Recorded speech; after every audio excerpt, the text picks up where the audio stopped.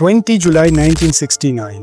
ये वो दिन था जब इंसानी तारीख का सबसे बड़ा मिशन पूरा हुआ। नासा का अपोलो 11 मिशन चांद तक पहुंचने वाला पहला मिशन था। नील आर्मस्ट्रॉन्ग और बज ऑल्ड्रिन वो दो एस्ट्रोनॉट जो कि चांद की सरफेस पर उतरने वाले पहले इंसान बने। जब लूनार मॉड्यूल का दरवाजा खोलने की कोशिश की गई तो हाई प्रेशर की वजह से काफी मुश्किलात का सामना करना पड़ा, लेकिन फाइनली जब दरवाजा खुला और नील आर्मस्ट्रॉन्ग अपने हैवी स्पेस सूट में दरवाजे से गुजरे तो एक प्रॉब्लम हो गई। लूनार मॉड्यूल का एक इम्पोर्टेंट पार्ट नील आर्मस्ट्रॉन्ग के साथ टकराया और वो नीचे गिर गया। चांद पर हवा न होने की वजह से उस पार्ट के गिरने की आवाज भी सुनाई नहीं दी। उस पार्ट का नाम था एसेंट इंजन आर्मिंग स्विच। और फिर वो लम्हा आया जब नील आर्मस्ट्रॉन्ग ने चांद की मिट्टी पर अपने कदम रखे और कहा,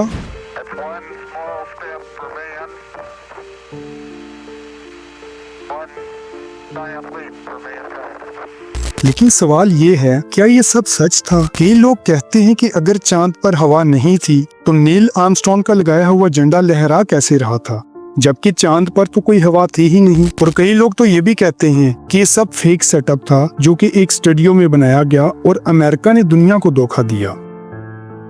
लेकिन असल में इस सब के पीछे का सच क्या था? चलिए इस कहानी को शुरू करते हैं। हम टीवी की वीडियोस में खुशामदीद।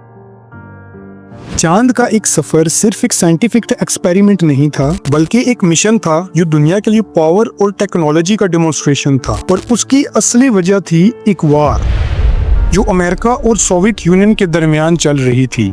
दोनों कंट्रीज के दरमियान जो कोल्ड वार चल रही थी उसका एक ही मकसद था कि स्पेस में पहले कौन सी कंट्री एक्सेस करेगी, जो कि दोनों कंट्रीज के दरमियान स्पेस में जाने की एक रेस चल रही थी। 1957 में सोवियत यूनियन पहली कंट्री बन जाती है आर्टिफिशियल सैटेलाइट लॉन्च करने वाली, और उसका नाम था स्पुतनिक। और ये पहला इंसानों का बनाया हुआ ऑब्जेक्ट था जिसे स्पेस में भेजा गया। अमेरिका के प्रेसिडेंट ये सब देखकर परेशान हो जाते हैं कि ये सब कैसे हुआ। 1958 में अमेरिका भी अपनी सैटेलाइट लॉन्च करता है, लेकिन 3 साल बाद 1961 में अमेरिका को एक और बड़ा झटका लगता है।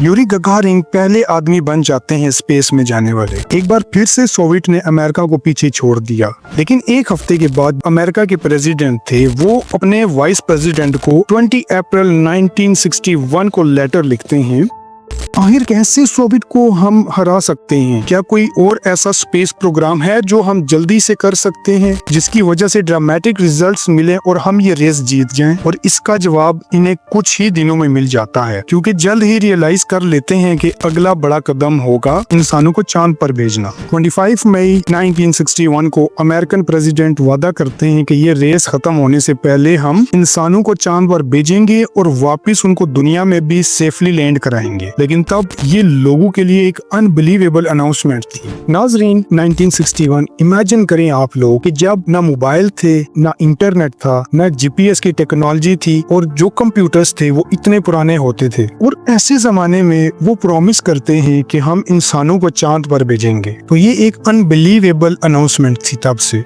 1963 से 1967 के दरमियान बहुत सारे टेस्ट किए जाते हैं, लेकिन ये जितने भी टेस्ट होते हैं उसमें कोई इंसान नहीं होता, यानी कि वो टेस्ट जो कि स्पेसक्राफ्ट कंप्यूटराइज्ड सिस्टम के जरिए चलाए जाते हैं। फरवरी 1967 में नासा प्लान करता है कि अब एस्ट्रोनॉट्स के साथ टेस्टिंग करनी होगी, यानी कि नासा रियल ह्यूमन बींग्स को स्पेसक्राफ्ट में बिठा के तो टेस्टिंग करना चाह रहा था। लेकिन तब 27 जनवरी 1967 को एक हादसा हो जाता है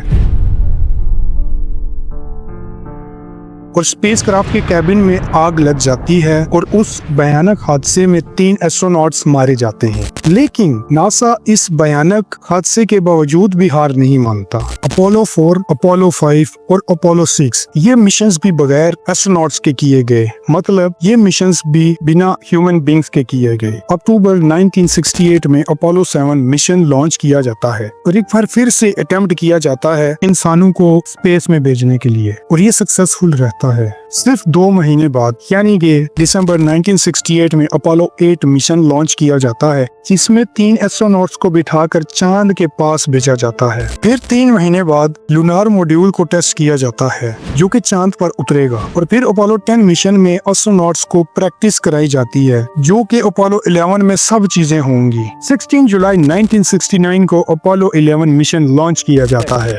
5, 4, 3, 2, 1, 0. All engine running.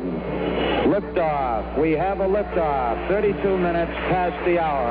Apollo 11 Saturn V5 rocket की मदद से अर्थ की ऑर्बिट में सिर्फ 15 मिनट में पहुंच जाता है और अपोलो 11 ने 1.5 चक्कर लगाए हमारी दुनिया पर। फिर अपोलो 11 को मिशन कंट्रोल से कम्युनिकेट करके परमिशन दी जाती है कि अब आगे बढ़ो। फिर अपोलो 11 अर्थ की ऑर्बिट से निकलकर चांद की तरफ रवाना हो जाता है, जिसमें एस्ट्रोनॉट को काफी टाइम लग जाता है। तकरीबन 4 लाख किलोमीटर ट्रैवल करने के बाद अपोलो 11 19 जुलाई 1969 को चांद के ऑर्बिट में पहुंच जाता है। अपोलो 11 का लूनार मॉड्यूल 20 जुलाई 1969 को चांद की सतह पर सेफली लैंड कर जाता है। ये मिशन का सबसे क्रिटिकल फेज होता है। बज ऑल्ड्रिन और नील आर्मस्ट्रांग मॉड्यूल के अंदर बैठे थे, पर उनकी हार्ट बीट नॉर्मल से ज्यादा थी। हर एक कैलकुलेशन परफेक्ट होना जरूरी थी, वरना ये मिशन एक क्रैश में बदल सकता था। लैंडिंग के वक्त नील आर्मस्ट्रांग ने मैनुअली कंट्रोल संभाला, क्योंकि ऑटो पायलट कंप्यूटर सिस्टम ने उन्हें एक खतरनाक जगह पर लैंड करने का सिग्नल दिया था, क्योंकि वहाँ पर बहुत पत्थर थे। चांद पर उतरना एक ड्रीम था और इस ड्रीम को कंप्लीट करते वक्त हर एक सेकंड उनके लिए मौत और जिंदगी का फैसला था। नील आर्मस्ट्रांग ने तकरीबन 4 माइल्स दूर सेफ जगह पर लैंडिंग की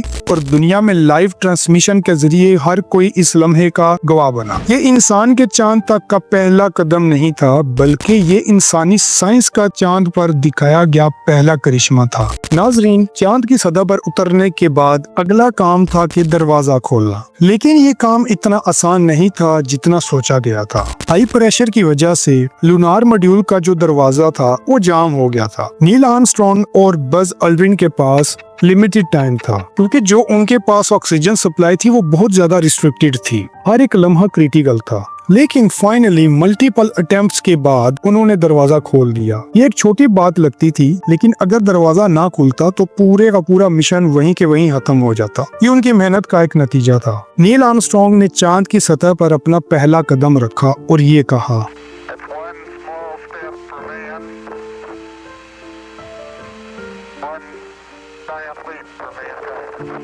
ये अल्फाज सिर्फ चांद की जमीन पर ही नहीं बल्कि पूरी दुनिया के दिल में लिखे गए। बज ऑल्ड्रिन भी उनके बाद चांद की सतह पर आए और उसके बाद नील आर्मस्ट्रांग ने अमेरिका का झंडा चांद की जमीन पर लगा दिया। उसके बाद नील आर्मस्ट्रांग और बज ऑल्ड्रिन ने एक्सपेरिमेंट्स शुरू कर दिए, क्योंकि अपोलो 11 का मिशन सिर्फ वहां जाना नहीं था, बल्कि कुछ साइंटिफिक इंस्ट्रूमेंट्स भी वहां जाके लगाए गए, जो कि नासा को डाटा भेजने में अपना किरदार अदा करते थे। नाजरीन, अब वक्त आ गया था कि लूनार मॉड्यूल के जरिए नील आर्मस्ट्रांग और बज ऑल्ड्रिन को वापस दुनिया की तरफ लेके जाने का। दोनों एस्ट्रोनॉट्स जब कैबिन में जाते हैं तो उनको मालूम होता है कि हमारे लूनार मॉड्यूल में से स्विच सर्किट ही कहीं गिर गया। अब स्विच क्या होता है और उसका काम क्या होता है? मान लें कि अगर आप एक बल्ब जलाना चाहते हैं और बंद भी करना चाहते हैं तो वो एक स्विच से होगा। सेम सिचुएशन थी, लूनार मॉड्यूल को लॉन्च करने के लिए स्विच की जरूरत थी। आपको याद होगा कि मैंने वीडियो के स्टार्टिंग में आपको बताया था कि जब नील आर्मस्ट्रांग अपनी हैवी स्पेस सूट में दरवाजे से गुजरे तो एक प्रॉब्लम हो गई थी कि स्पेसशिप का जो एक इम्पोर्टेंट पार्ट है, यानी कि लूनार मॉड्यूल का जो एक इम्पोर्टेंट पार्ट था